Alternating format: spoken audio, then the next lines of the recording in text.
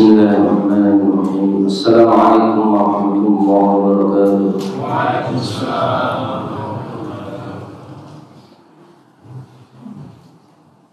Innal hamdalillah nahmaduhu wa nasta'inuhu wa nastaghfiruh wa na'udzu billahi min shururi anfusina wa sayyiati a'malina. May yahdihillahu fala mudilla lahu wa may yudlil fala hadiya lahu. Asyhadu an la ilaha illallah wahdahu la syarika lahu wa asyhadu anna Muhammadan 'abduhu wa rasuluhu. Allahumma shalli 'ala Muhammad wa 'ala alihi wa ashabihi wa man sara 'ala nahjihi wa tamassaka bi sunnatihi ila yaumiddin wa ba'd. Ma'asyiral muslimin wal muslimat, jamaah salat subuh hafizakumullah. Alhamdulillah, pagi hari ini kita kembali diberikan kelonggaran oleh Allah Subhanahu wa taala untuk hadir di masjid ini dalam rangka kita beribadah. Kita sholat subuh berjamaah dan insyaallah kita akan lanjutkan dengan kajian yang pada hari ini akan mengambil tema tentang al-hadaru min fitnatid dajjal, mewaspadai fitnah dajjal di akhir zaman. Jamaah dirahmati Allah Subhanahu wa taala, fitnah dajjal adalah sesuatu yang harus kita waspadai, dan kemunculan dajjal bagian daripada akidah kita. Kita semua harus meyakini bahwa dajjal itu benar-benar akan muncul di akhir zaman nanti, dan dia termasuk tanda-tanda dari kiamat yang besar. Artinya kalau sudah disebut sebagai tanda-tanda bagian dari tanda-tanda hari kiamat besar, kalau itu sudah terjadi berarti kiamat sudah dekat, dan tanda-tanda besar yang lainnya akan beriringan. Karena sejak munculnya dajjal ini, atau bahkan sebelumnya ketika sudah muncul Imam Mahdi, maka sudah mulai adanya perubahan di alam raya ini. Dajjal termasuk juga bentuk adanya perubahan di alam raya. Berubahnya seorang manusia punya kekuatan yang di luar nalar, di luar batas kemampuan manusia pada umumnya. Itu dajjal nanti, dan kita sebutkan bagaimana kekuatan-kekuatannya, dan itu adalah salah satu daripada bentuk-bentuk fitnah yang harus kita waspadai dari dajjal. Sehingga hadirin sekalian, tidak ada fitnah dalam hidup di dunia ini sejak Nabi Adam diciptakan, ya, sampai hari kiamat melebihi fitnah dajjal. Bahkan fitnah Fir'aun mungkin kalah, atau banyak ulama mengatakan kalah masih fitnah Fir'aun itu. Dajjal jauh lebih besar fitnahnya, lebih besar tipu dayanya ketimbang Fir'aun. Kalau Fir'aun mengaku sebagai Tuhan, ya, tetapi tidak punya kekuatan yang luar biasa seperti yang dimiliki dajjal. Fir'aun yang tidak memiliki kekuatan yang luar biasa itu,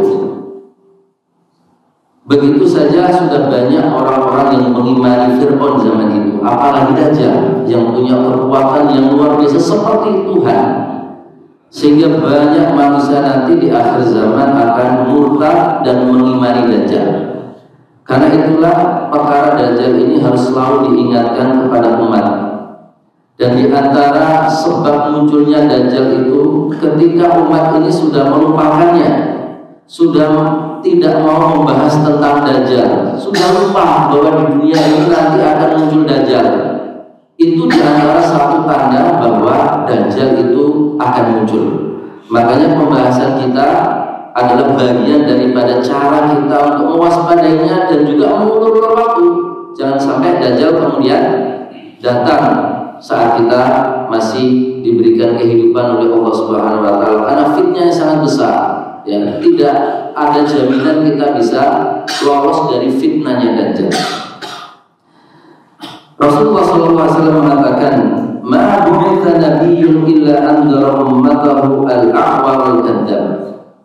Tidak ada nabi yang diutus oleh Allah Subhanahu wa Ta'ala, kecuali pasti pernah mengingatkan umatnya agar mewaspadai Dajjal yang buta salah satu matanya ini.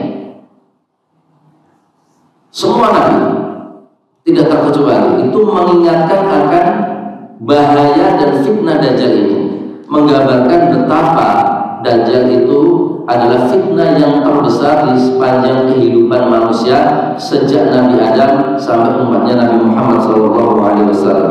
Karena itulah Islam dan Rasulullah SAW memerintahkan kepada kita agar mewaspadainya. Jamaah sekalian, dan ini penting.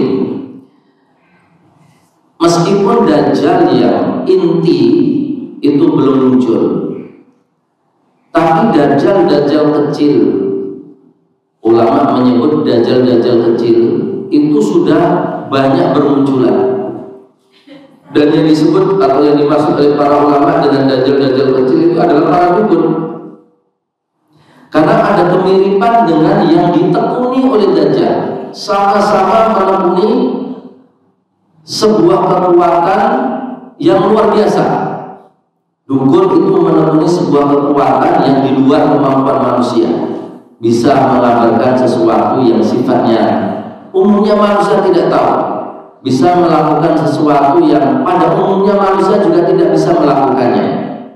Jadi ada kemiripan antara dukun dan Dajjal. Dan nanti ada cerita orang di zaman Rasulullah SAW yang disangka sebagai Dajjal gara-gara dia menekuni perdukunan, sehingga sampai para sahabat itu berbeda pendapat apakah dia Dajjal atau tidak. Jika dengan Dajjal kecil saja ini, dukun, tukang sihir, sudah banyak orang-orang Islam yang kufur kepada Allah gara-gara mereka, apalagi Dajjal yang intinya yang sebenarnya. Sudah banyak orang mengimani dukun, percaya kepada dukun, bahwa dukun punya kemampuan yang luar biasa, percaya bahwa dia itu bisa mengabarkan perkara yang gaib. Ini kan sesuatu yang kufur, karena tidak ada yang mengetahui yang gaib kecuali Allah Subhanahu wa Ta'ala. Maka barang siapa meyakini ada selain Allah tahu ilmu gaib, maka itu adalah bentuk kekufuran dan kesyirikan. Jika dengan dukun, tukang sihir, padahal mereka kekuatannya tidak seberapa dibandingkan dia jauh kekuatan dukun, tukang sihir sekarang itu dibandingkan Dajjal, itu saja sudah banyak kaum muslimin percaya, mengimani, dan bahkan mungkin kufur, apalagi dengan Dajjal yang inti itu. Jamaah dirahmati Allah Subhanahu wa Ta'ala, Dajjal disebut dengan Al-Masih. Jadi kalau kita membaca literatur Islam, kalau ada kata Al-Masih, itu bisa yang dimaksud adalah Masih Ad-Dajjal atau Al-Masih Isa. Jadi kata Al-Masih itu untuk nama dua manusia. Satunya adalah Al-Masih Isa, dan yang kedua adalah Al-Masih Ad-Dajjal. Kalau Isa dikatakan Al-Masih, ya, dia membawa kebenaran. Kalau Dajjal dikatakan Al-Masih, dia membawa kebatilan. Sama-sama Al-Masih, satunya membawa kebenaran, satunya membawa kebatilan. Dajjal disebut dengan Al-Masih, sebagian ulama mengatakan karena dia mampu memotong waktu dan memotong jarak, menjelajahi seluruh bumi hanya dalam waktu 40 hari. Al-Masih itu dari kata masaha yang sahu, artinya menghapus, atau kalau istilah perjalanan itu memotong jarak sekian jauh menjadi pendek. Hanya 40 hari bisa keliling dunia. Bisa nggak Pak? Orang sekarang keliling dunia nggak ada satu jengkal bumi kecuali di India hanya dalam waktu 40 hari. Tidak ada. Maka Dajjal disebut Al-Masih karena kecepatannya ini. Kedua, sebagian ulama mengatakan dinamakan Al-Masih karena salah satu matanya seolah-olah terhapus. Jadi mata kanannya itu buta, picek, dan seperti nggak ada mata, padahal ada, karena tidak menonjol dan tidak cekung, jadi kayak rata saja, karena tidak ada bagian matanya sebelah kanan itu, kayak terhapus, makanya disebut dengan al-masih. Jadi dia disebut al-masih bisa karena dia memotong jarak mengelilingi dunia, mengelilingi bumi hanya dalam waktu yang pendek, atau karena salah satu matanya itu kanan buta dan rata, sehingga disebut dengan al-masih. Dan pendapat yang kuat adalah yang kedua, dia disebut al-masih karena salah satu matanya yang kanan buta dan rata. Kemudian jemaah sekalian, disebut dengan ad-dajjal dari kata dajjala, artinya menutup. Kenapa dajjal itu disebut ad-dajjal yang menutup? Karena dia pandai menutup kebatilannya dengan sesuatu yang seolah-olah benar. Dia itu membawa kebatilan, membawa kesesatan, kekufuran, tapi itu ditutup dengan kekuatan yang luar biasa, yang seolah-olah yang dibawa itu adalah kebenaran. Kekuatan yang dimiliki manusia itu kan selalu seringkali dijadikan dalil petunjuk bahwa apa yang dia bawa itu benar. Makanya setiap nabi itu diberikan mukjizat untuk membuktikan bahwa yang dibawa itu benar. Buktinya dia punya mukjizat.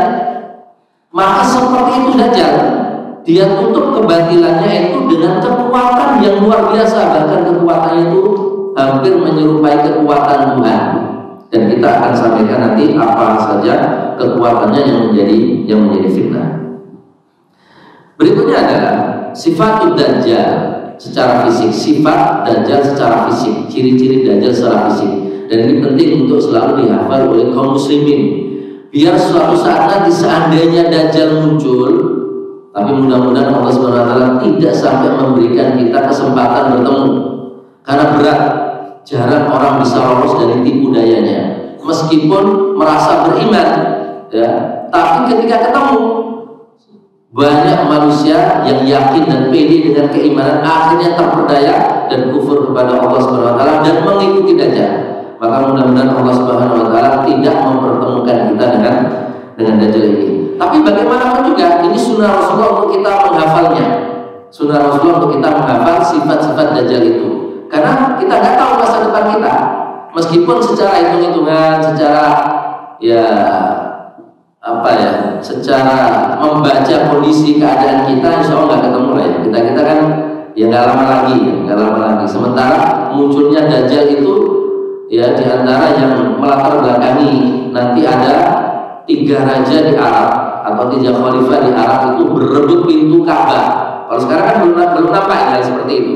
Kemudian ada paceklik kekeringan luar biasa, nah, itu juga belum ada. Sampai hujan nggak turun 3 tahun sama sekali nggak turun. Ya, kemudian tumbuhan juga nggak tumbuh 3 tahun, dan di tahun ketiga sama sekali nggak ada satupun tumbuhan di dunia ini. Itu kan masih jauh, kita masih hijau semua yang di sekeliling kita, kayaknya jauh lah ya. Apalagi usia-usia kita ya, insya Allah tidak lama lah ya.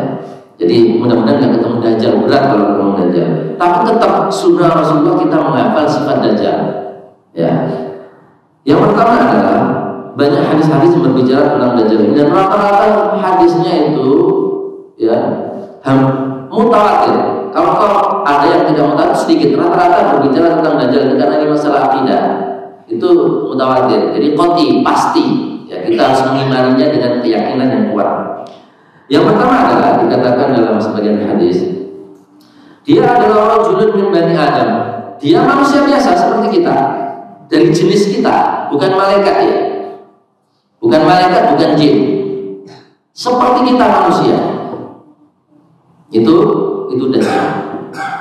Yang kedua, dia syabun, pemuda dia. Dia muncul jadi sebagai seorang pemuda. Nah, ciri-ciri penting. Biar kalau ada yang ngaku Dajjal tapi dia jin, berarti bohong. Atau ngaku Dajjal tapi tua, berarti bohong. Tapi kalau ngaku Dajjal kayaknya nggak ada manusia ngaku Dajjal, mungkin jin ngaku Dajjal. Mana ada manusia mau mengaku dajjal, karena itu akan dicela oleh manusia. Kalau mengaku sebagai Imam Al-Mahdi ada banyak, ya sudah banyak dari zaman dulu sampai sekarang. Nah, ISIS itu latar belakangnya apa? Karena ada yang mengaku sebagai Imam Al-Mahdi. Kalau muncul Imam Al-Mahdi kan manusia, kaum muslimin harus berbaiat kepadanya. Tapi kan tanda-tanda munculnya Imam Mahdi itu belum ada. Nah, belum ada. Tanda-tandanya munculnya Imam Mahdi belum ada. Di antara tanda yang paling utama tadi itu saya sebutkan itu, ketika tiga raja Arab berebut pintu surga, pintu Ka'bah. Itu kemudian setelah itu muncul Imam Al-Mahdi. Tapi kan belum ada juga itu. Sehingga Imam Al-Mahdi yang kemarin banyak ngaku itu sudah bisa dipastikan bohong. Bahkan di Arab Saudi itu ada orang yang ngaku Imam Al-Mahdi, tapi ketika diancam oleh ulama, kalau kamu masih mengaku dan mengumumkan kepada orang-orang kalau kamu Imam Al-Mahdi, kami akan laporkan ke polisi. Itu lari dia. Lari. Kalau Imam Al-Mahdi kan nggak perlu takut. Imam Al-Mahdi buat lapor polisi. Nah ini Imam Al-Mahdi kacau berarti. Yang ketiga, Al-Hajj itu jarak antara pertengahan kaki kanan dan kaki kiri itu jauh. Jadi kayak O gitu kakinya. Itu ciri fisiknya. Ya kakinya kayak membentuk O. Kayak orang penyakit apa Pak? Nah kayak begitu. Kemudian aridun nahri, dadanya lebar. Ajlal jabha. Jadi jabha itu jidat. Jidatnya itu lebar dan menonjol. Apa istilahnya? Kalau orang kami bilang nonong. Orang sini apa? Cinong kayak begitu. Cinong dan lebar. Ya. Berarti Dajjal cakep apa jelek Pak? Jelek. Orang jelek mengaku Tuhan kan aneh. Kalau Tuhan ya pasti Allah jamin Allah itu indah. Masa Tuhan jelek? Kemudian mansubul ainil yumna, mata kanannya buta dan tidak nonjol dan tidak cekung, ya, kayak rata. Kemudian mata kirinya juga enggak terlalu melihat tapi kayak tertutup, sebagian tertutup kulit. Bainal ainaini, antara dua mata ada tulisan kafara, artinya kafir. Jismuhu kabir, badannya besar. Ya. Kemudian syabun kotor, pemuda yang rambutnya keriting yang banyak itu apa? Keribu. Rambutnya keribu dia. Rambutnya keribu itu ciri-ciri. Kemudian kata kafar tadi, kafar kafir itu bisa dibaca setiap yang beriman. Orang beriman pasti bisa baca. Makanya pentingnya kita menjaga iman itu biar tahu ciri-ciri Dajjal. Di akhir zaman, ya, setiap orang beriman dikasih kemudahan Allah membaca. Meskipun dia tidak bisa baca tulis, dengan modal iman dia bisa membaca. Itu beberapa ciri fisik. Ya, itu ditunjukkan di banyak dalil. Di antaranya adalah Rasul mengatakan dalam hadis Bukhari, "Innallaha laisa bi'a'war, ala innal masihad dajjal a'warul 'ainil yumna." Sesungguhnya Allah itu tidak picek, tidak buta mata salah satu matanya. Ya. Ala innal masihad dajjal a'warul 'ainil yumna. Ingatlah bahwa Dajjal itu salah satu matanya yaitu yang kanan buta. Innahu syabun qatar, sebenarnya dia adalah pemuda yang keribu rambutnya. Ya. Inna baina 'ainaihi maktubun kafara, antara dua matanya tertulis kafara atau kafir. Yang ra'uhal mu'min ummi wa kafir, bisa dibaca oleh setiap orang beriman, baik ummi yang gak bisa baca tulis maupun bisa baca tulis. Baina khalqi Adam ila qiyamis sa'ah man akbar min ad-dajjal. Ma baina khalqi Adam ila qiyamis sa'ah man akbar min ad-dajjal. Tidak ada penciptaan atau makhluk dari zaman Adam sampai hari hari kiamat perkara yang lebih besar ketimbang perkara Dajjal. Jadi tidak ada fitnah yang lebih besar daripada fitnah Dajjal. Dan ini hadis-hadis yang berbicara tentang Dajjal, dan rata-rata hadisnya mutawatir, sehingga ironis jika ada sebagian kaum muslimin yang tidak mempercayai Dajjal. Berikutnya adalah hari Dajjal muncullah. Apakah Dajjal itu sudah ada atau belum? Ulama berbeda pendapat. Apakah sudah ada, cuma sekarang bersembunyi, atau dibelenggu, atau belum ada, baru akan tercipta nanti. Ini perbedaan pendapat. Tapi banyak pendapat yang banyak adalah dia sudah ada. Cuma ulama juga masih berbeda pendapat. Sudah ada, tapi siapa? Ini berbeda pendapat. Apakah orang yang ciri-cirinya mirip Dajjal di zaman Nabi, atau dia yang sedang dibelenggu di pulau yang pernah ditemukan oleh salah seorang yang berlayar dan terdampar di pulau itu? Itu ada diceritakan dalam hadis. Apakah yang hidup di zaman Nabi itu sahabat yang akhirnya masuk Islam, dari kalangan Yahudi masuk Islam, atau orang yang ditemukan oleh Tamim Ad-Dari, sahabat Tamim Ad-Dari, ketika dia terdampar di pulau yang mengaku sebagai Dajjal? Nah, ini apa itu? Nah, ini ulama berbeda pendapat. Sebagian ulama berpendapat Dajjal itu adalah Abdullah ibnu Soyad yang hidup di zaman Nabi. Jadi ada orang hidup di zaman Nabi punya ciri-ciri mirip Dajjal. Sebagian ulama mengatakan dia dari kalangan Yahudi Madinah dan akhirnya nanti masuk Islam. Orang ini punya kekuatan. Dia masih remaja saat itu. Jadi Rasulullah saat hijrah dari Mekah ke Madinah mendapatkan anak ini masih kecil, masih anak-anak remaja, ya usia SD tapi yang sudah dewasa, kurang lebih seperti itu. Ketika Nabi pindah ke Madinah, dia penduduk Madinah.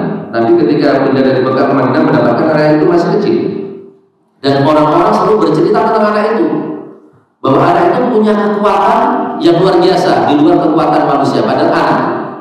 Dan banyak orang menyangka dia itu Dajjal karena Rasulullah pernah bercerita tentang Dajjal. Maka para sahabat menduga jangan-jangan dia itu Dajjal. Maka akhirnya Rasulullah bersama sahabat, diantaranya adalah Umar, mencoba untuk datang ke anak itu, Abdullah ibnu Soyad itu, untuk mengetes, menguji dia benar Dajjal apa tidak, apakah Dajjal atau hanya sekedar dukun. Maka datanglah Rasulullah dengan Umar dan beberapa sahabatnya. Di dalam hadis yang panjang, saya artikan saja dan saya singkat karena panjang. Jadi Rasulullah SAW mendatangi Ibnu Soyad ini, atau Abdullah ibnu Soyad ini, dan saat itu dia sedang bermain dengan anak, karena memang usia anak-anak, jadi sedang bermain biasa. Begitu Rasulullah datang, dia tepuk pundaknya atau punggungnya oleh Rasulullah SAW. Dia kaget. Lalu ditanya anak itu oleh Rasulullah SAW, hal tasyhadu anni Rasulullah? Apakah kamu mau bersaksi bahwa aku adalah Rasulullah, Rasulnya Allah? Anak itu menjawab, na'am, asyhadu annaka rasulul ummiyin. Aku bersaksi bahwa kamu adalah Rasul yang diutus kepada orang-orang ummi, orang Arab yang buta huruf itu. Setelah dijawab seperti itu, anak ini, Ibnu Soyad ini, banyak bertanya kepada Nabi. Ya, anak ini tahu kalau itu Nabi, yang datang adalah Nabi. Anak ini banyak bertanya, dan pertanyaannya soal pertanyaan anak. Nah, ini yang membuat sebagian sahabat jadi semakin yakin jangan-jangan dia Dajjal, karena dia nakal dan sombong, gak ada sopannya dengan Nabi. Dia bilang apa kepada Nabi? Wa tasyhadu anni Rasulullah? Apakah kamu mau bersaksi bahwa aku Rasulullah? Kan ini sombong, anak kecil tanya begitu kepada Rasulullah SAW. Kayak apa? Kayak merendahkan Nabi Muhammad SAW. Saat itu Umar marah. Umar itu marah melihat dan mendengar pertanyaan seperti itu. Tapi dia pada Rasulullah, amantu billahi wa rasulih. Tapi aku cuma beriman kepada Allah dan kepada Rasul-Rasulnya, bukan kepada kamu. Lalu Rasulullah ngetes, nggak ingin banyak lebar ngobrol tapi langsung mau ngetes. Ngetesnya apa? Jadi Rasulullah SAW itu membaca satu ayat dalam surat Dukhan. Dukhan itu artinya apa, Pak? Dukhan, asap. Ya. Rasul membaca ayat di dalam surat Dukhan ayat 10, yauma ta'tis sama'u bidukhanin mubin. Ketika langit menurunkan asap yang jelas. Dan nanti di hari kiamat itu di antara tandanya, ya, di antara tanda hari kiamat itu ada asap, ya, muncul asap yang menggiring manusia semuanya ke satu arah, atau api yang menggiring manusia ke satu arah. Rasulullah membaca dalam dada, tidak diucapkan. Yauma ta'tis sama'u bidukhanin mubin. Lalu dia tanya, Rasulullah tanya kepada Ibnu Sayyid tadi untuk ngetes. Coba tebak apa yang aku simpan dalam dada. Kan kita nggak mungkin tahu, Pak. Kalau Bapak tanya ke saya, Bapak baca Bismillah dalam hati, terus Bapak tanya saya apa yang aku simpan dalam dada, yang aku baca maksudnya, nggak tahu saya, ya, nggak tahu. Tapi saat itu Ibnu Sayyid menjawab begini, Dukhan sama mirip kan, Pak? Ya, awalnya saja, tinggal khamnya yang nggak dibaca. Apakah kamu tahu yang aku simpan dalam dada? Anak itu bilang Jadi hampir benar. Tapi salah, tetap salah. Cuma hampir benar.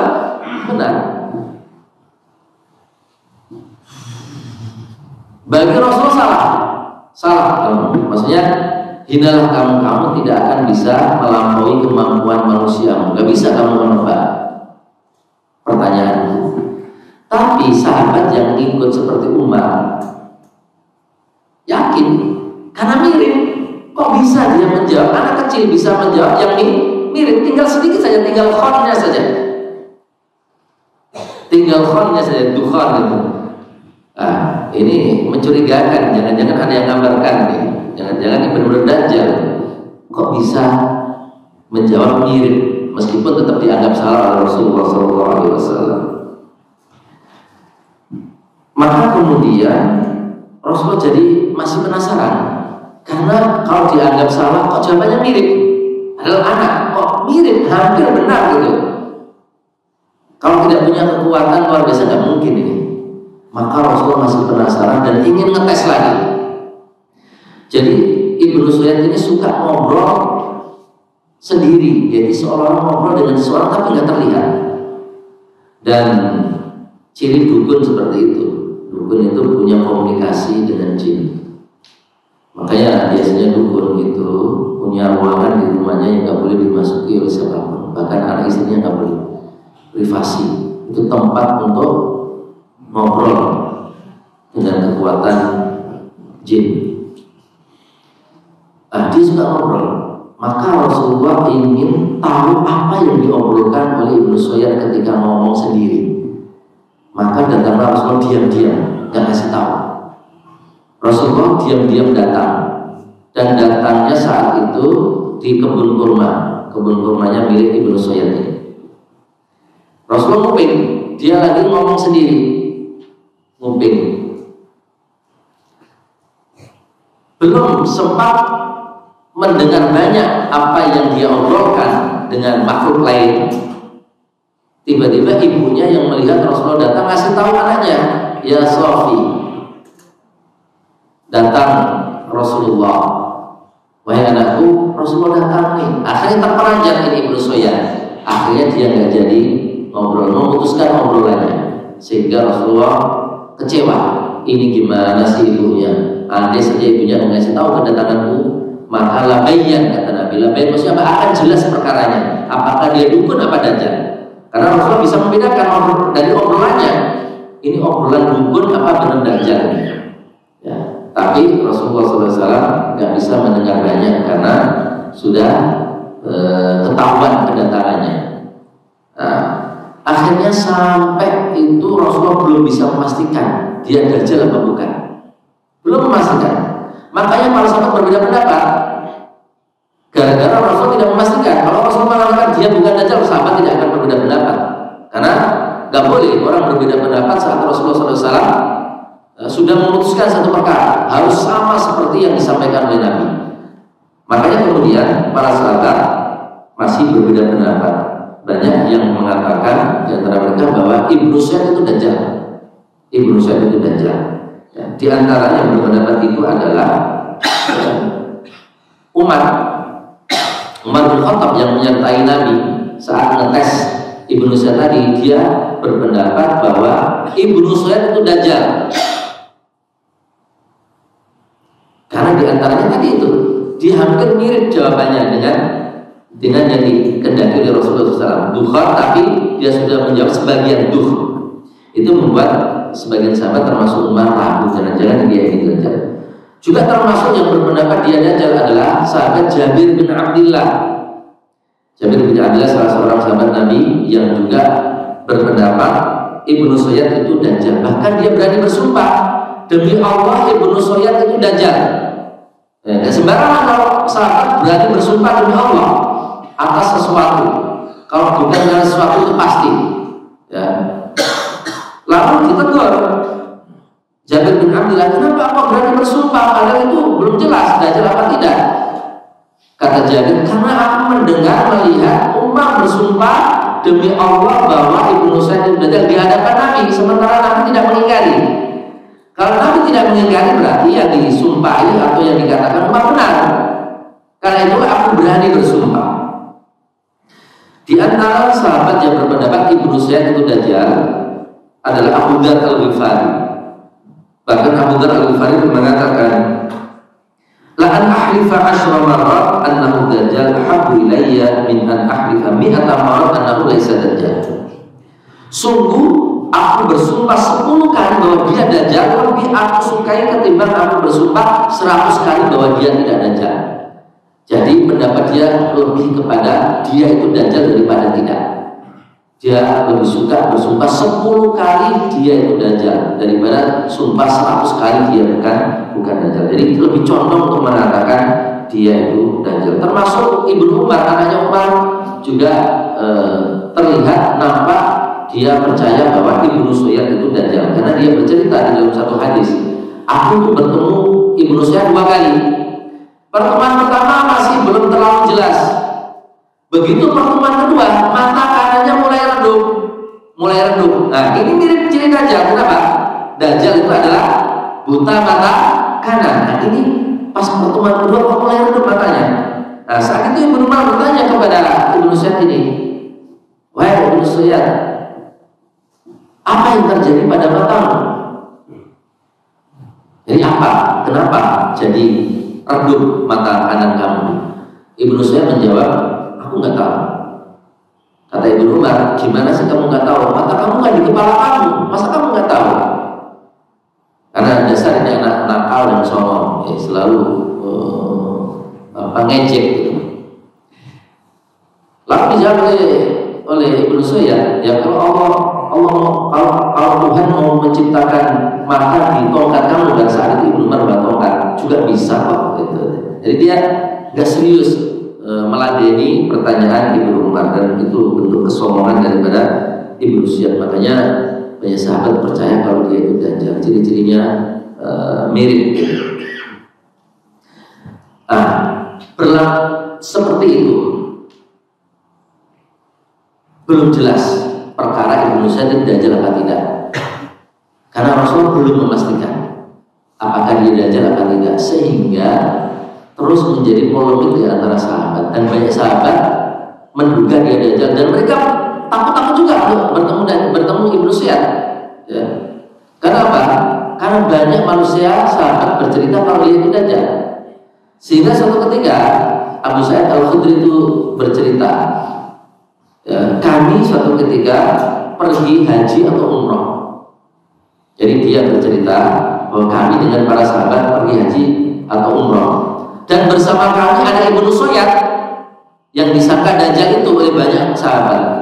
Jadi kami sahabat pergi haji atau umroh.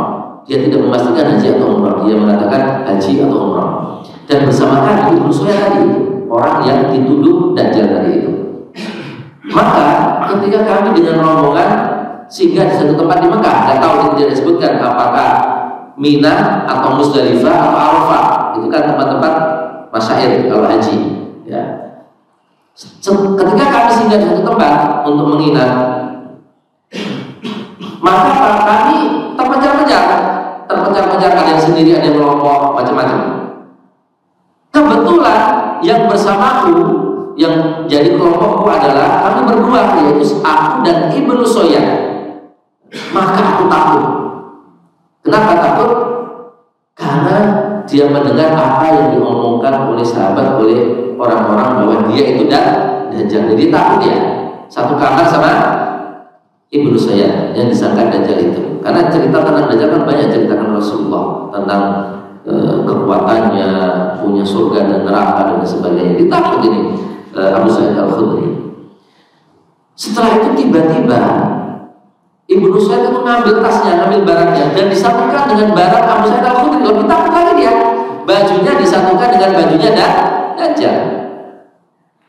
Lalu dia ingin tidur bersama dia. Wah, gawat ini ya. Dan tidur bersama Dajjal. Tapi dia nggak enak kalau mau usir dia. Dia nggak enak usir. Akhirnya dia punya cara. Dia berpikir satu cara yang mudah-mudahan dia tidak tersinggung. Dia ngomong begini, hari ini rasanya panas ya, gerah. Gimana kalau kita memecah saja biar nggak gerah? Kalau satu kamar sempit berdua kan gerah, atau satu tenda kecil berdua kan gerah. Gimana kalau dia mencah satu-satu, kamu di bawah pohon itu lebih rindang, lebih enak, adem. Gimana wahai Ibnu Soyan? Akhirnya nurut Ibnu Soyan, pindah ke pohon itu. Tapi Ibnu Soyan mulai juga ya tersinggung lah, masa diusir dari kamar. Cuma belum mengungkapkan ketersinggungannya. Tapi dia nurut, pindah di bawah pohon. Lalu Ibnu Soyan tiba-tiba megang seekor kambing, ya, mungkin itu kambing buat hadunya, buat bayar dam. Dulu para sahabat itu zaman dulu kalau mau haji atau umrah sudah bawa kambing dari rumahnya. Dan seperti sekarang belinya di Mekah. Belinya di Mekah dan belinya juga lewat calo. Nggak tahu itu dibeli apa tidak, tapi uangnya sudah diambil. Sudah disembelih belum? Sudah. Nggak tahu sudah disembelih belum. Ini harus hati jamaah itu kalau haji. Itu banyak dan saya nemukan, Pak. Jadi dia ngambil dari travel apa, pesanan kambing berapa, 100, diambil uangnya. Dari travel lain 100, diambil uangnya. Dari mana 100, diambil uangnya. Ya. Nanti kalau jamaahnya minta saksi, minta melihat, itu diperlihatkan paling berapa ekor. Ya. Nanti jamaah lain pengen lihat, diperlihatkan juga berapa ekor. Nggak mungkin kan mereka mau melihat semuanya 100 itu. Atau jarang mau lihat, jarang, capek orang haji itu. Udah percaya aja, ini yang bisa yang jadi celah untuk ditipu. Jadi dibilang udah sebenarnya sudah. Sah apa? Ya. Jadi sah apa ngaji? Ya kalau nggak tahu ya sah saja. Kalau nggak tahu ya, kalau tahu harus ganti. Kan nggak tahu kita kan, Pak. Nggak tahu, cuma harus hati-hati. Cuma saya sama teman-teman pernah menemukan, saya dan mahasiswa pernah menemukan yang begitu, yang bohong begitu.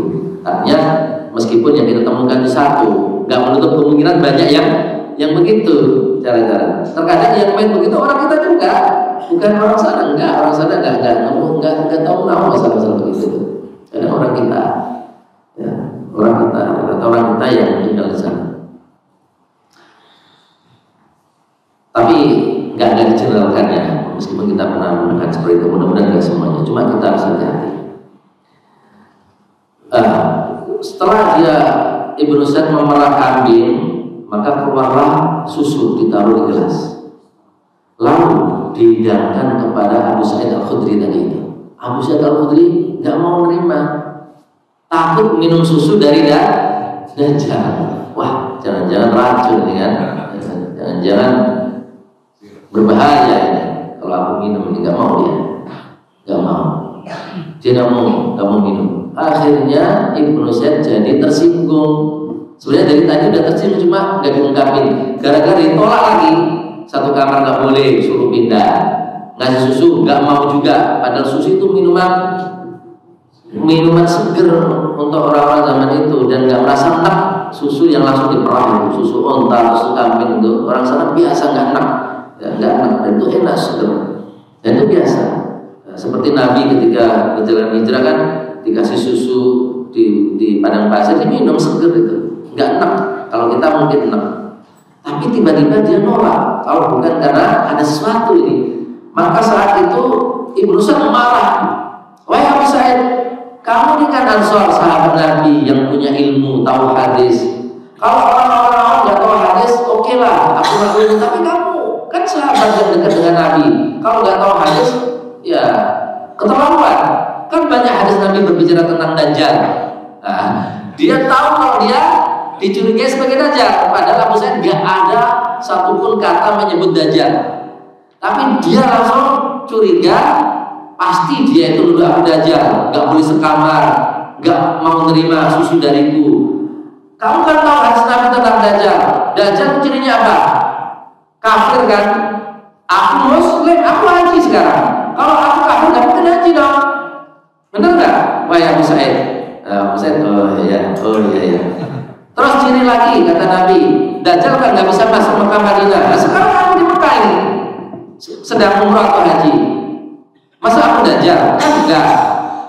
Nah, akhirnya Abu Sa'id Al-Khudri hampir tenang, sudah mulai percaya bahwa dia bukan Dajjal. Tapi di akhir cerita itu, Ibnu Sa'd bilang, tapi aku tahu Dajjal itu siapa bapak ibunya dan di mana dia sekarang. Semakin lebih takut lagi saya. Kok bisa tahu dia? Jangan-jangan dia ini. Jadi tadinya sudah tenang, sekarang takut lagi. Dan aku nih kata Ibnu Sa'd, kalau ditawari suruh jadi Dajjal, aku mau.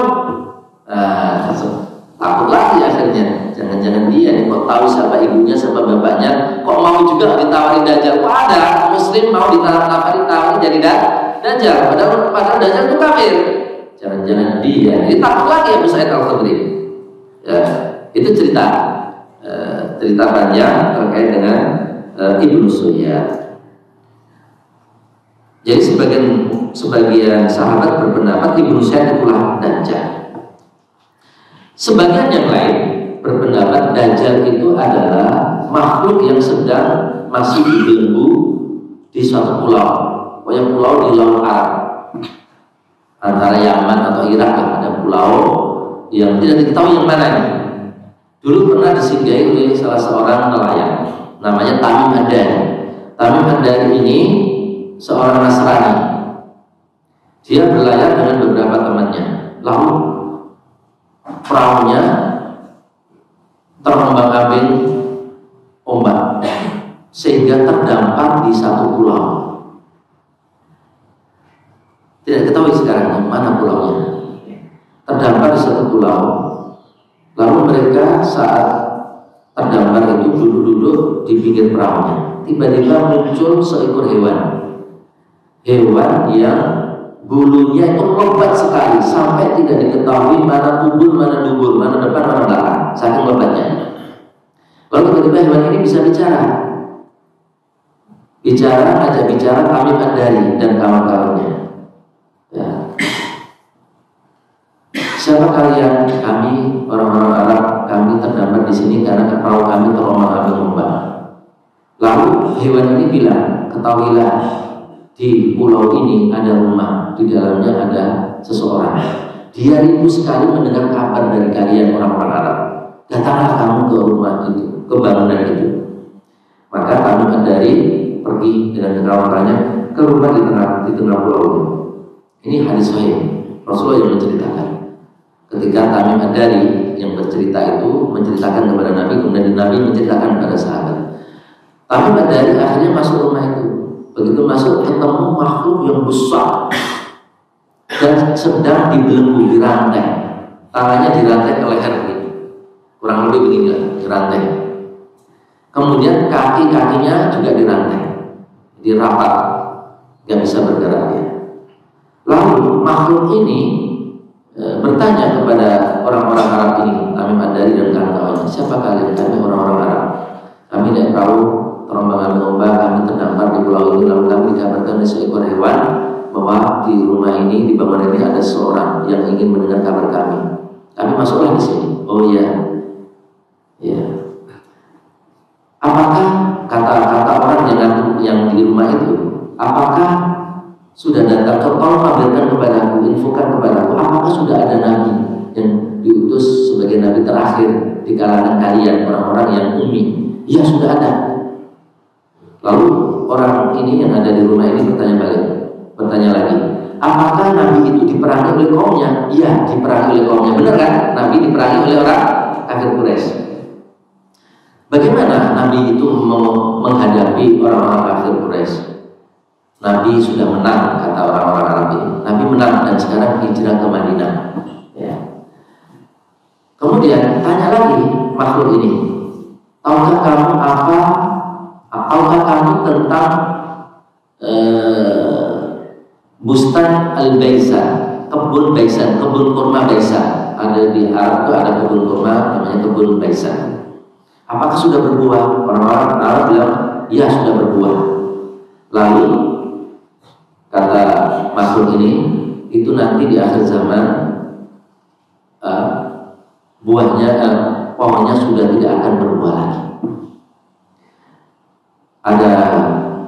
Ada info bahwa alam saya atau mana yang kebun Baisan itu. Katanya sih sekarang sudah mulai tidak. Katanya alam saya tidak bisa memastikan itu.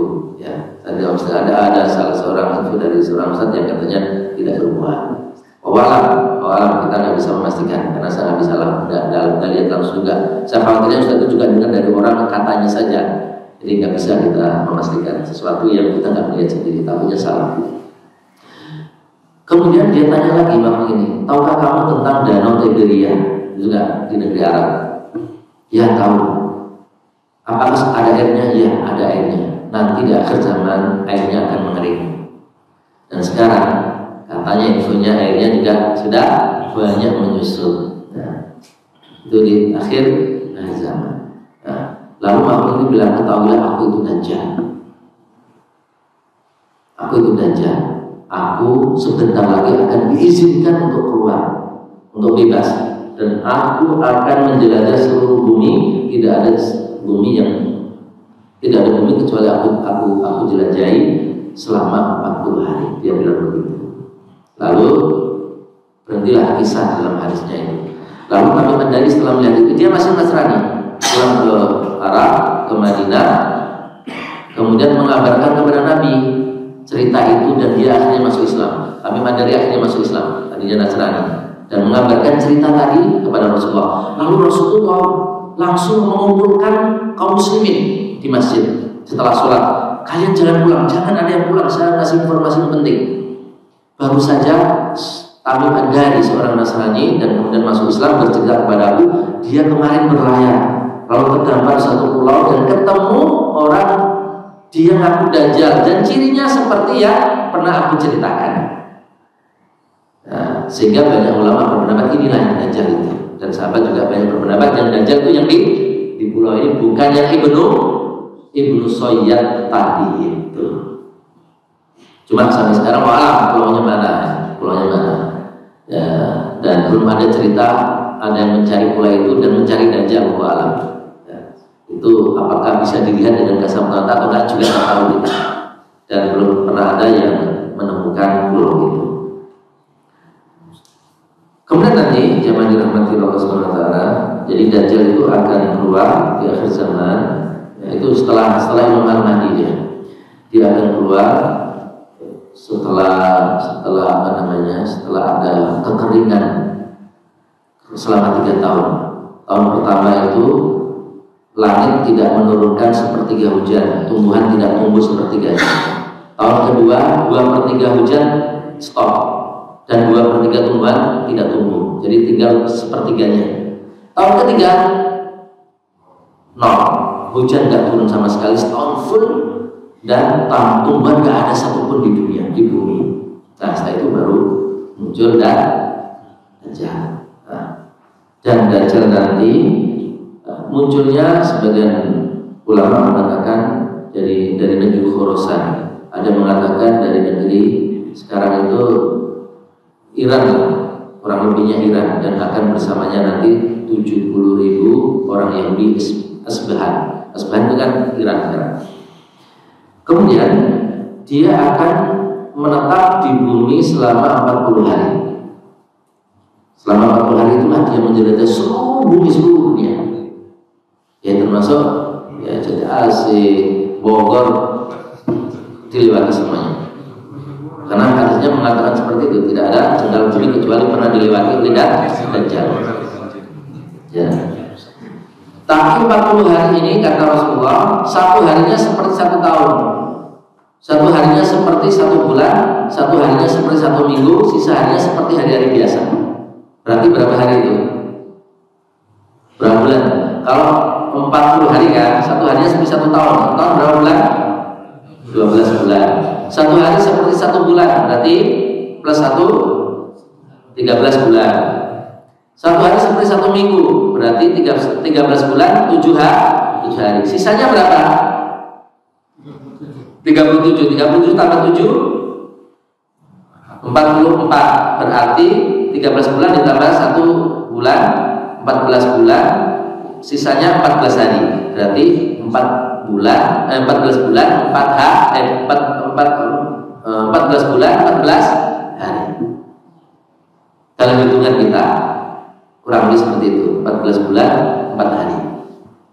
40 hari cuma panjangnya yang 1 hari seperti 1 tahun. Sehingga hitung-hitungannya kayak seperti 14 bulan 14 hari.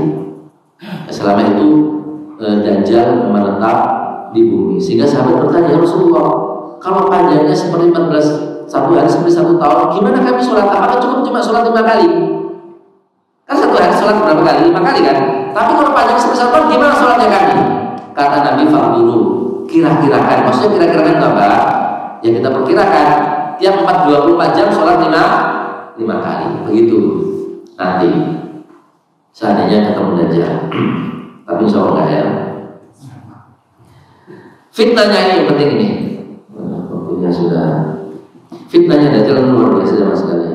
Jadi dia mengajak manusia supaya kafir dan mengimani dia Tuhan, lalu membawa fitnah. Fitnahnya apa? Dia itu punya kekuatan seolah seperti Tuhan. Jadi dia ngaku Tuhan dan punya kekuatan seperti Tuhan. Ini yang membuat orang itu banyak yang kafir nanti. Dan yang paling banyak adalah wanita. Pengikutnya Dajjal nanti kebanyakan wanita. Dan orang-orang Arab Badui yang tidak berilmu. Walaupun sekarang orang Arab sudah berilmu, tapi kembali lagi zaman itu nanti akhir zaman mereka tidak berilmu lagi. Itu wanita-wanita itu kan ya memang gampang tertipu ya, terpedaya wanita itu. Apalagi diiming-iming mohon maaf nih kalau ada ibu, diiming-iming apa? Itu gampang sekali, ya kan? Makanya seringkali saya mendengar yang tertipu ada calling dapat bonus dan sebagainya. Rata ibu itu. Di antara saudara kami itu ada juga yang tertipu. Itu sampai nomor ATM-nya semuanya dikasih tahu. Padahal hadiahnya cuma 2,5 juta. Nomor ATM-nya dikasih tahu, nomor ATM suaminya dikasih tahu dan semuanya.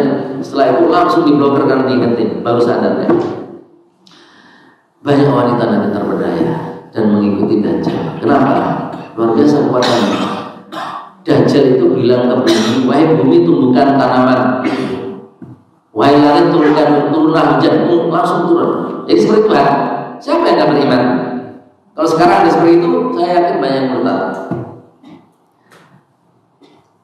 Lalu dia membunuh orang, dihidupkan lagi di hadapan manusia. Benar nggak aku Tuhan kan? Aku bisa mematikan, menghidupkan. Siapa yang tidak beriman artinya? Lalu dia nawari manusia, mau nggak aku bangkitkan kedua orang tuamu, bapak ibumu. Tapi syaratnya kamu beriman kepada bahwa aku Tuhan. Dihidupkan bapak ibunya. Setelah bapak ibunya hidup, bapak ibunya bilang, wahai anak-anakku, berimanlah kepada Dajjal, dia itu Tuhan. Siapa yang tidak percaya? Bapak ibunya yang hilang dan sudah dihidupkan. Meskipun bapak ibunya itu hanya jelmaan, ya jin, setan lah, dibuat menjelma seperti bapak ibunya. Itu tukang sihir juga mungkin bisa. Dajjal punya kekuatan seperti itu. Kemudian Dajjal itu bawa surga dan neraka kemana-mana. Ini yang paling menggiurkan. Bawa surga dan neraka langsung bisa dilihat oleh semua manusia. Yang beriman kepada Dajjal masuk surganya Dajjal. Yang menolak beriman kepada Dajjal masuk neraka Dajjal. Ini yang paling membuat manusia terpedaya. Takutlah orang masuk neraka. Tapi kata Rasulullah, ketahuilah, ya, surganya Dajjal itu neraka, nerakanya Dajjal surga. Maka Rasul bilang, kalau kamu dimasukkan ke nerakanya Dajjal, jangan takut, masuk aja sambil merem. Maksudnya apa? Biar nggak takut. Covernya seolah-olah api menyala, nggak apa-apa masuk. Begitu masuk ternyata dapat air yang seger, yang tawar seperti surga. Ini yang banyak membuat manusia terpedaya. Dan Dajjal nggak bisa masuk Mekah Madinah. Jadi dia bisanya parkir di perbatasan pintu Madinah. Diceritakan dalam hadis. Meskipun dia parkir di luar Madinah, itu orang-orang Madinah yang bodoh-bodoh, wanita-wanita, pergi menemui Dajjal. Meskipun di luar, meskipun jauh di darat Dajjal itu. Karena punya kekuatan yang luar biasa itu. Ya. Ada orang diceritakan pede dengan imannya, diingatkan jangan ke sana karena dia itu Dajjal. Enggak, aku nggak akan terperdaya. Aku beriman kok. Aku tahu siapa Dajjal. Dan kata Rasulullah, kalau Dajjal itu nggak boleh kita beriman kepadanya. Begitu datang, dia murtad. Nggak ada yang selamat. Jangan merasa pede dengan iman lalu etok-etok beriman lalu menemui Dajjal. Aku bisa menolak Dajjal. Padahal begitu ketemu akhirnya beriman juga. Jangan. Maka Rasul mengatakan, jika kamu mendengar Dajjal, menjauhlah. Kalau Dajjal diinfokan dia ke selatan, maka larilah ke utara. Kalau Dajjal ke timur, larilah ke barat. Kalau kita mendengar di sini Dajjal sudah nyampe jadi AC, lari mana? Bogor. Dajjal ke Bogor, lari ke Jakarta. Begitu. Pokoknya begitu aja. Biar selamat. Itu kata Nabi itu. Kata Nabi, "Falyanah dalam menjauh, jangan mendekat." Maka yang terakhir adalah bagaimana cara biar kita selamat dari Dajjal. Pertama subjektif, memegang teguh iman. Ini penting, Pak. Iman ini yang membuat kita bisa membaca ciri Dajjal. Kata faktor itu tidak bisa dibaca kecuali orang beriman. Yang masih punya iman bisa baca sehingga tahu ciri itu ini Dajjal. Akhirnya dia nggak mau beriman kepadanya, dia lari. Kalau kita masih punya iman, insya Allah ditolong oleh Allah untuk mengetahui ciri Dajjal nanti. Yang kedua, menghafal ciri-ciri Dajjal tadi, ya, sehingga ketika ketemu kita tahu siapa Dajjal, sehingga kita bisa menghindari. Yang ketiga, harus mengenal Allah dan mengetahui ciri-ciri Allah, ya, ciri-ciri Allah, sifat-sifat Allah maksudnya, sifat-sifat Allah. Allah itu tidak buta matanya. Kalau ada makhluk yang mengaku Tuhan Allah sementara matanya buta, berarti bukan Tuhan, dia Dajjal. Sifat-sifat Allah harus kita hafal. Kemudian al-firar minha, melarikan diri darinya. Man sami'a bid Dajjal falyan'an, barang siapa mendengar Dajjal adalah menjauh, jangan mendekat. Yang keempat, hifdzu ashri ayat min suratil Al-Kahfi, menghafal 10 ayat surat Al-Kahfi. Dari sekarang surat Al-Kahfi kita hafal minimal 10 ayat. Ada yang berpendapat 10 pertama, ada yang berpendapat 10 terakhir. Tapi umumnya ulama condong kepada 10 yang pertama. 10 ayat yang pertama dihafal. Kalau seandainya tidak hafal nanti dibaca. Begitu ada mendengar Dajjal langsung baca 10 ayat. Ya, takutnya nanti tidak sempat baca. Maka dihafal dari sekarang. Takutnya sudah karena dahsyat pada saat itu nggak sempat lagi membaca. Yang kelima, berdoa minta perlindungan Allah dari Dajjal. Makanya boleh disisipkan di dalam tahiyat akhir doa ini. Boleh setelah ada fil alamin innaka hamidum majid, Allahumma inni a'udzubika min adzabil qabri wa min fitnatil mahya wal mamat wa min fitnatil masiihid dajjal. Itu kan kita baca, itu boleh ditambah setelah fil alamin innaka hamidum majid, aku berlindung padamu ya Allah dari fitnah dajjal. Boleh juga dibaca di luar sholat, boleh bahasa Indonesia, boleh pakai bahasa Arab. Yang keenam, selalu mengingat dan mengkaji tentang Dajjal. Karena Rasul mengatakan, la yakhrujud Dajjal hatta yadhalan nasu an dzikrihi wa hatta tatrukal ummatu dzikrahu 'alal manabir. Dajjal tidak keluar, kata Rasulullah, kecuali orang semua lengah, lalai tentang Dajjal, sudah melupakan kisah tentang Dajjal, bahwa nanti akan ada Dajjal, sudah lalai manusia. Dan ketika umat sudah tidak lagi mendengung-dengungkan di mimbar-mimbar, nah, sudah tidak dikaji-kaji lagi. Ketika itu Dajjal muncul. Maka cara untuk melindungi diri dari Dajjal adalah kita sering mengkaji. Meskipun pernah dikaji, kaji ulang lagi. Tahun depan kaji lagi, tahun berikutnya kaji lagi. Paling tidak mengulur-ulur waktu biar Dajjal nggak muncul dan membuat kita terbentengi dari fitnah Dajjal. Itu saja yang sekalian dan rahmati Allah Subhanahu wa taala. Mudah-mudahan bermanfaat. Aku berkata wassalamualaikum. Silakan kalau ada yang mau tanya. Itu Dajjal itu jumlahnya satu atau ada banyak?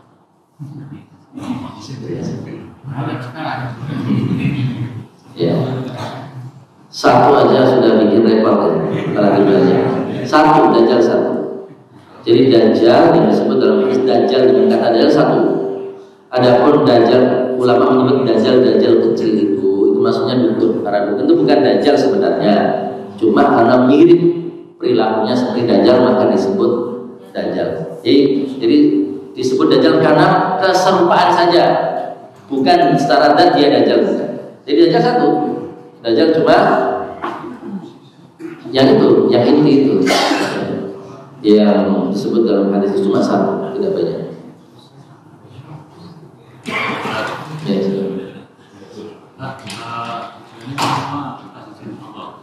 apa? Semua kan terjadi karena izin Allah. Kenapa Allah menciptakan Dajjal?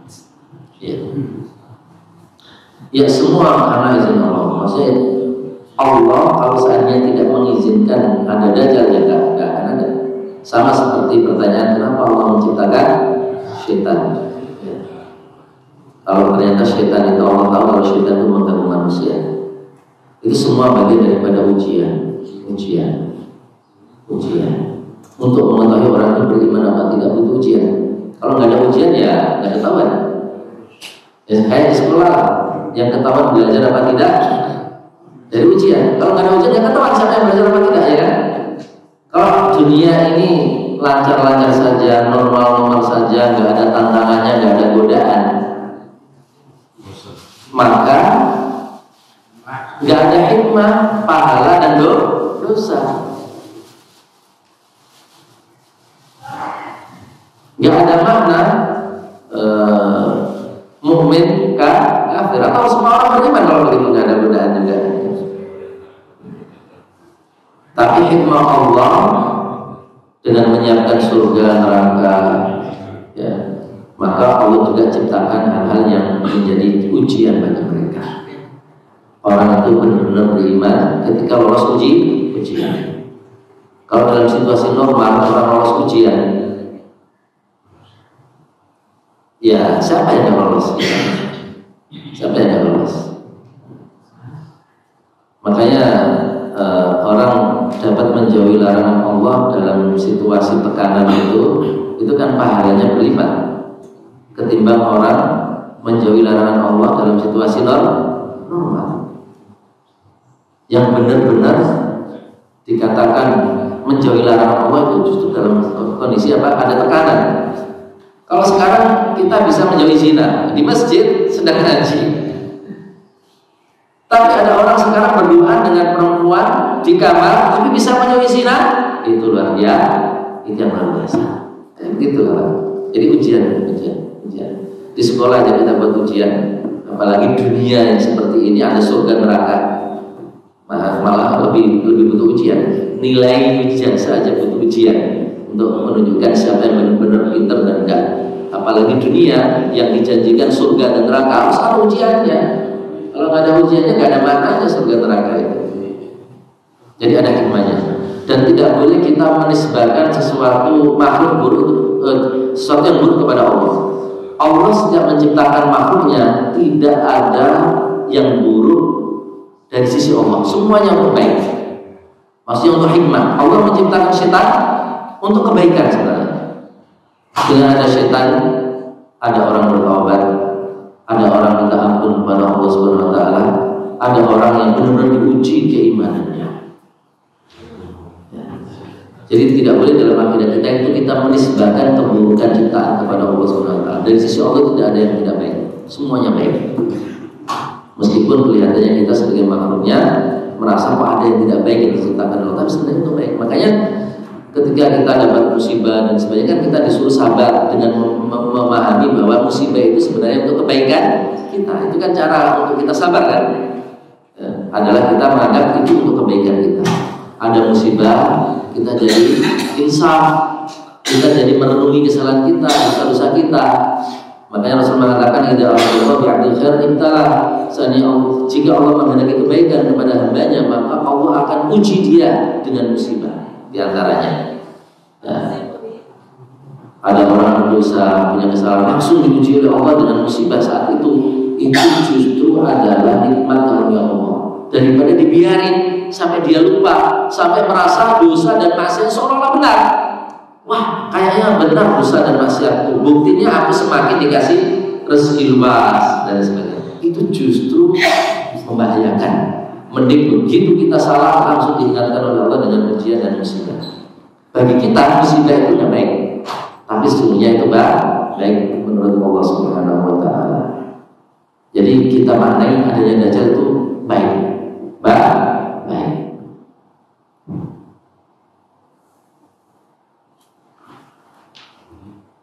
Allah Maha Besar. Saya pernah baca. Maaf Bapak siapa? Saya. Kok saya nggak pernah ketemu ya? Saya mudik baru kali ini. Bapak polisi bukan? Polisi bukan? Hah? Polisi. Pernah di Riyadh? Pernah. Pernah kenal kita Pak? Pernah di KBRI kan? Saya pernah lihat. Saya dulu di KS Mbak. Kita pernah ketemu. Saya beberapa kali ceramah di KBRI, ketemu Bapak. Waktu itu dubesnya Pak Gatot. Nah, yang wajahnya, ya muda beliau masih sama aja, Masya Allah, nggak berubah. Iya. Sekarang di mana? Ya. Saya baru selesai 2023, baru selesai S3-nya. 2023 kemarin. Karena kemarin pas pandemi itu berhenti kuliah betul. Baik, ada lagi? Nah, baik, kita tutup dengan kafaratul majlis. Assalamualaikum warahmatullahi wabarakatuh.